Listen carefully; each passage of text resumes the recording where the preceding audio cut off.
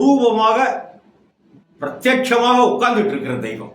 நான் பல நாள் அந்த கோவிலை பற்றி தாயே நீயே துணை அப்படிங்கிற தலைப்பில் நான் எழுதிய தருணங்கள் இருக்குல்ல, என் வாழ்க்கையில் எனக்குள் பல மாற்றங்களை அவள் ஏற்படுத்தி கொடுத்தாள் அப்படிங்கிறதுல ஒரு நம்பிக்கையோட சொல்றேன். காளிகாம்பாள் கோயிலுக்கு நான் அடிக்கடி போயிட்டே இருப்பேன். அப்படி காளிகாம்பாள் கோயிலுக்கு அடிக்கடி போயிட்டே இருக்கும்போது அந்த காளிகாம்பாள் கோவில் பற்றி ரெண்டு விஷயம் சொல்றேன். ஒன்று, வீர சிவாஜி அப்படின்னு சொல்றோம் இல்லையா, சத்ரபதி வீர சிவாஜி. அந்த வீர சிவாஜி இங்க வந்து காளிகாம்பாளை வழிபட்டு இருக்காங்க, இந்த கோவிலை வந்து வழிபட்டு. சரி, ரெண்டாவது விஷயம் தெரியுமா, மகாகவி பாரதியார் காளி காளி அப்படின்னு தான் சொல்றாரு. அந்த காளிகாம்பாள் வேற யாரும் இல்லைங்க, இவதான் அந்த காளிகாம்பாள்.